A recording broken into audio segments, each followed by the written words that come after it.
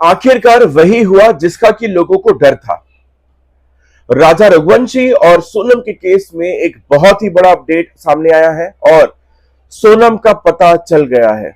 नमस्कार दोस्तों, मैं हूं आयुष जैन और इस वीडियो में मैं आपको बताने वाला हूं कि सोनम कहां मिली, किस तरीके से मिली, किस हाल में मिली, क्या हुआ था उनके साथ और राजा रघुवंशी का मर्डर किस तरीके से किया गया था।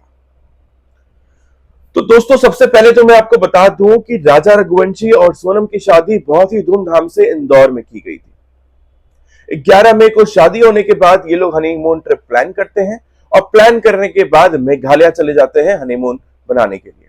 पर वहां कुछ ऐसा होता है कि राजा रघुवंशी की मर्डर हो जाती है।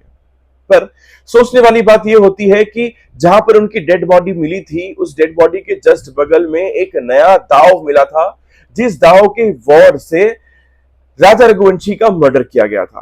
पर वो दाव नया था, लेकिन नया क्यों था? अगर एक मर्डरर जो हमेशा मर्डर करता है, वो नया दाव लाकर किसी को क्यों मारेगा? जहां पर एक शक पैदा हुई थी, पर आगे जाकर इस दाव को भी साइड रख दिया गया। इसके बाद एक रेनकोट मिली थी, जो ये दाव किया जा रहा था कि शायद ये सोनम का हो सकता है, पर सोनम के घर वाले ने क्लियरली बोल दिया था कि ये सोनम का नहीं हो सकता। पर वो रेनकोट भी सोनम का ही निकला। इसके अलावा एक व्हाइट कलर की फीमेल शर्ट मिली थी, जिसके बाद सोनम के घर वाले ने ये भी डिनाई कर दिया कि ये शर्ट भी सोनम का तो नहीं हो सकता। पर वो शर्ट भी सोनम की ही थी, क्योंकि एक वीडियो कैमरा में क्लियर दिख रहा है कि वो शर्ट सोनम ने ऑलरेडी पहले पहन रखा था। पर इसके बावजूद भी सोनम पर किसी ने भी सोनम के एंगल से ध्यान देने की कोशिश बिल्कुल नहीं की। मैंने अपनी पुरानी वीडियो में भी बताया था कि सोनम पे एंगल रख के केस को देखा जाए, 100% सोनम एक बेवफा निकलेगी और एग्जैक्टली वही हुआ है।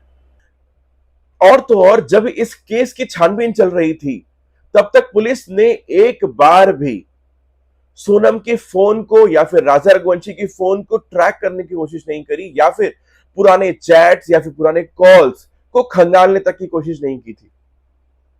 इतनी सारी सबूतों को देखने के बावजूद जब लोग समझ पा रहे थे कि देयर इज अ चांस कि सोनम बेवफा निकल सकती है, तो अभी तक ये चीज पुलिस को समझ में क्यों नहीं आई?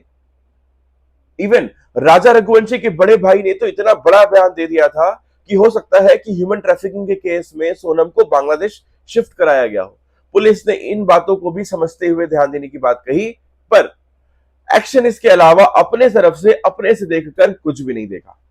इसी के साथ साथ सोनम के मायके वालों ने तो एक ज्योतिषी से भी बात की थी, जो ज्योतिषी ने क्लियर कहा था कि इनकी मांगलिक होने की वजह से शादी तो हो गई है, पर 31 मई तक इनको घर से बाहर न निकाले। और ज्योतिषी ने तो इतना भी कहा था कि राजा रघुवंशी के जो मर्डर हुआ है, इस मर्डर में किसी महिला का हाथ हो सकता है, और तो और सोनम को किडनैप किया गया है। ज्योतिषी ने यह बात कही थी, पर मुझे लगता है कि ज्योतिषी ने 50% बातें सही कही और 50% बात उनकी ज्योतिषी की बिल्कुल भी सच नहीं थी, या फिर वो सच बताना नहीं चाहते थे। सोनम का पता चल गया है। यूपी के गाजीपुर के एक लोकल ढाबे में बैठकर वो खाना खा रही थी। उससे बात करने पर यह पता चला कि उन्होंने अपने पति को जबरदस्ती मेघालय ले गई। मेघालय ले जाने के बाद 3 लोगों से कॉन्ट्रैक्ट किलिंग कराकर इसे मरवा दिया। सोनम के साथ साथ ये तीनों लड़के जो मर्डर किया था जिन्होंने, इनका पता भी चल गया है और इन चारों को ही अरेस्ट कर लिया गया है। पर काबिल तारीफ है इस सोनम की, जिसने मर्डर तो प्लान किया, पर गुत्थी को इतनी दिन तक उलझा के रखा कि पुलिस तक शक नहीं कर पा रही थी कि शायद सोनम ने यहां पर कुछ कर्मकांड किए होंगे। पर सोचने वाली बात ये भी रहती है कि क्या कभी कोई अरेंज मैरिज करने के लिए रेडी होगा? जिस तरीके से लड़की ने अपने पति को मेघालय ले जाकर मरवा दिया, क्या कभी कोई अरेंज मैरिज पे या फिर ऐसी लड़कियों पे बिलीव करेगा?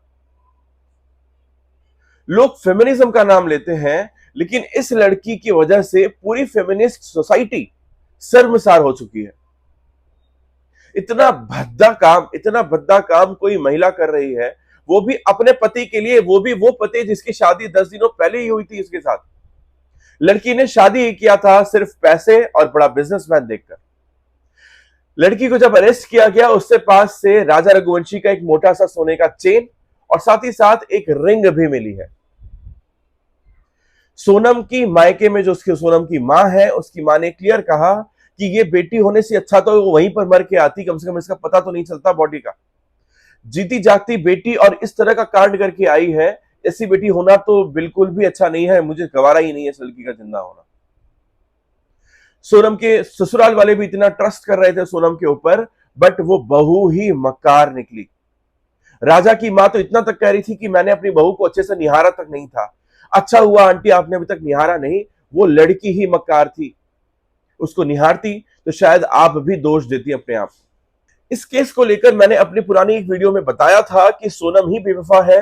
सोनम के एंगल से इस केस को देखा जाए 100% सोनम के नाम पे कुछ ना कुछ सबूत मिलेगा, पर न जाने क्यों पुलिस ने अभी तक इस चीज में क्यों नहीं एक्शन लिया था। पर फाइनली सोनम मिल गई है। अब इससे आगे की जानकारी पुलिस जब उनसे बात करेगी डिटेल्ड में, तब मुझे आगे पता चलता है, तब आपको मैं वीडियो के थ्रू जरूर बताऊंगा। पर अगर अभी तक आपने मेरे चैनल को सब्सक्राइब नहीं किया है तो सब्सक्राइब कर लीजिए, क्योंकि मैं अपने चैनल के थ्रू नए नए शॉर्ट्स के थ्रू नए नए वीडियोस, करंट अफेयर्स और न्यूज की वीडियोस अपलोड करता हूं, that too in Hindi language. तो मिलते हैं नेक्स्ट वीडियो में, तब तक के लिए नमस्ते और बाय बाय।